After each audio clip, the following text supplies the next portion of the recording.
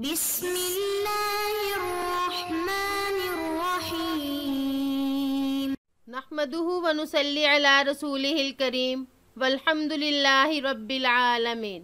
الحمدللہ، آج ہم سنن نسائی کا سبق نمبر 2 شروع کرنے جا رہے ہیں، جو کہ کتاب الطہارت سے شروع ہوگا۔ اگلا سبق شروع کرنے سے پہلے ہم گزشتہ سبق کا خلاصہ دیکھ لیتے ہیں۔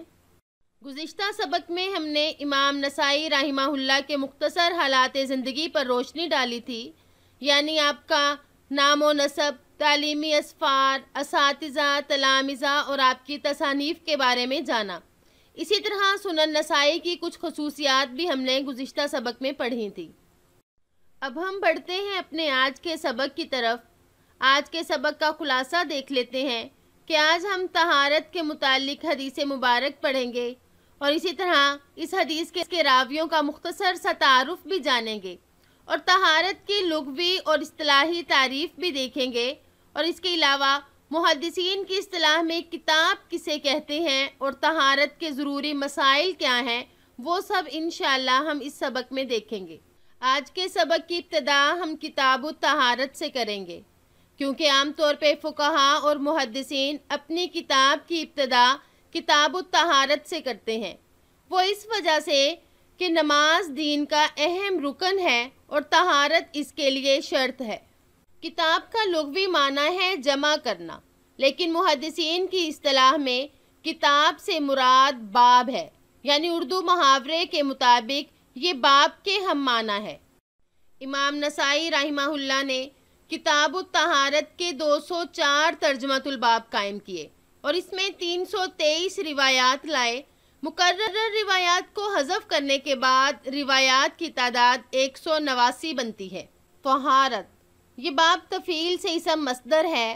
طہر یطہر تطہیرا و طہارتا، بروزن کلم یکلم تکلیما و کلاما۔ اس کا مطلب ہے گندگی اور نجاست سے پاکیزگی حاصل کرنا۔ طہارت کی اصطلاحی تعریف یہ ہے کہ حدث اصغر یعنی بے وضو ہونے اور حدث اکبر یعنی جنابت، احتلام، حیض اور نفاس کی صورت میں مسنون طریقے سے پانی سے وضو اور غسل کرنے، یا پانی کی عدم موجودگی یا اس کے استعمال پر عدم قدرت کی صورت میں پاک مٹی کے ساتھ تیمم کرنے کو طہارت کہتے ہیں۔ کتاب الطہارت کے پہلے باب کی ابتدا کرتے ہیں۔ باب تاویل قولہ عز وجل اذا قمتم الى الصلاۃ فاغسلوا وجوہکم وایدیکم الى المرافق۔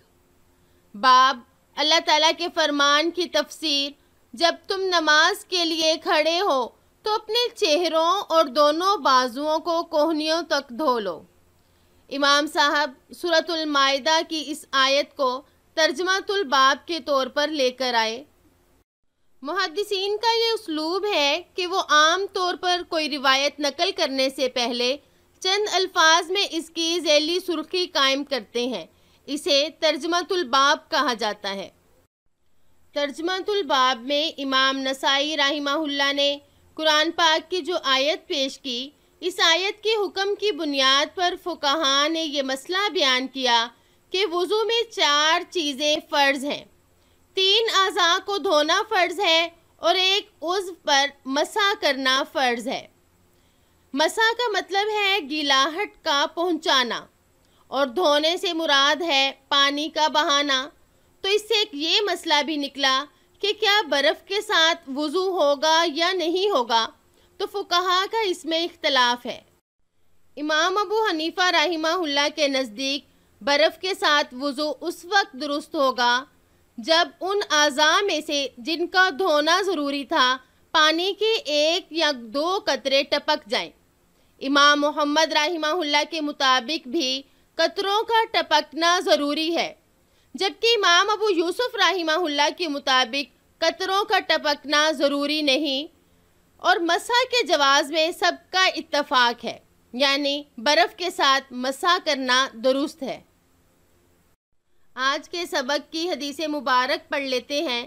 وَبِهِ قَالَ أَخْبَرَنَا قُتَيْبَةُ بْنُ سَعِيدٍ قَالَ حَدَّثَنَا سُفْيَانُ عَنِ الزُّهْرِي عن ابی سلمى عن ابی ہریرہ رضی اللہ عنہ أن النبي صلى الله عليه وسلم قال إذا استيقظ أحدكم من نومه فلا يغمس يده في وضوئه حتى يغسلها ثلاثا فإن أحدكم لا يدري أين باتت يده۔ حضرت ابو ہریرہ رضی اللہ عنہ بیان فرماتے ہیں کہ نبی اکرم صلی اللہ علیہ وآلہ وسلم نے یہ بات ارشاد فرمائی، جب کوئی شخص نیند سے بیدار ہو تو اس وقت تک اپنے ہاتھ وضو کے پانی میں نہ ڈالے جب تک وہ اسے پہلے 3 مرتبہ دھو نہ لے، کیونکہ کوئی شخص یہ نہیں جانتا کہ اس کے ہاتھ نے رات کہاں بسر کی۔ اس حدیث مبارک کا پہلا حصہ یہ تقاضا کرتا تھا کہ وضو کے برتن میں ہاتھ ڈالنے سے پہلے ہاتھ کا دھونا واجب ہے، لیکن دوسرے حصے نے بتا دیا کہ یہ حکم علت کی وجہ سے تھا، گویا کہ برتن میں ہاتھ ڈالنے سے پہلے ہاتھ کا دھونا مستحب ہے۔ اس سے ہمیں یہ مسئلہ بھی معلوم ہوا کہ وضو کا پانی نجس نہیں ہونا چاہیے، نجس پانی کے ساتھ وضو نہیں ہوگا، اور یہ کہ نیند کے بعد ہاتھ کا دھونا مستحب ہے۔ فقہاء کرام نے فرمایا کہ اس حدیث مبارک میں تو رات کا تذکرہ ہے، لیکن دن کی نیند کا بھی یہی حکم ہے، اور اس سے ہمیں یہ بھی معلوم ہوا کہ نجاست نہیں ہونی چاہیے۔ اگر اس کا احتمال ہے تب بھی 3 مرتبہ ہاتھ دھو لیں، اور اگر ظاہری نجاست ہے جو ہاتھوں پر نظر آ رہی ہے تو اسے اس وقت تک دھویا جائے گا جب تک یہ نجاست دور نہ ہو جائے، خواہ 3 سے زیادہ مرتبہ ہی دھونا پڑے۔ جیسا کہ آپ جانتے ہیں کہ حدیث کے 2 حصے ہوتے ہیں، ایک حدیث کی سند اور دوسرا حدیث کا متن۔ جس طرح حدیث کے متن کے بارے میں جاننا ضروری ہے، اسی طرح حدیث کی سند کے بارے میں واقف ہونا بھی ضروری ہے۔ اگر کوئی شخص صرف متن سے واقف ہو اور سند کے بارے میں نہ جانے تو گویا کہ اس نے حدیث کا آدھا علم حاصل کیا۔ ہم اس حدیث مبارک کے راویوں کے بارے میں جان لیتے ہیں۔ اس حدیث میں 5 راوی ہیں۔ نمبر 1 قتیبہ بن سعید رحمہ اللہ، نمبر 2 سفیان رحمہ اللہ، نمبر 3 زہری رحمہ اللہ، نمبر 4 ابو سلمہ رحمہ اللہ، اور نمبر 5 حضرت ابو ہریرہ رضی اللہ عنہ۔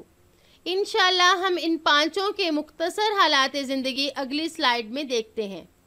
اس حدیث کے پہلے راوی قتیبہ ہیں۔ آپ کے نام کے بارے میں 2 قول ہیں کہ آپ کا نام یحییٰ تھا اور اسی طرح علی بھی بتلایا گیا۔ آپ کی تاریخ پیدائش کے بارے میں 3 قول زیادہ مشہور ہیں، 148 ہجری، 149 اور 150 ہجری، اور آپ کی تاریخ وفات کے بارے میں 240 ہجری بتلایا جاتا ہے۔ حدیث کے دوسرے راوی سفیان سے مراد سفیان بن عیینہ ہے۔ آپ مشہور محدث، حافظ، فقیہ تھے۔ آپ کا شمار تبع تابعین کے ممتاز علماء میں ہوتا ہے، جن محدثین نے ترتیب و تدوین میں نمایاں کارنامے سر انجام دیے۔ ان میں سفیان بن عیینہ کا نام سر فہرست ہے۔ حدیث کے تیسرے راوی امام زہری ہیں۔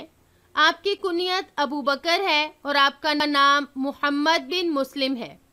آپ نے کئی صحابہ سے احادیث روایت کی۔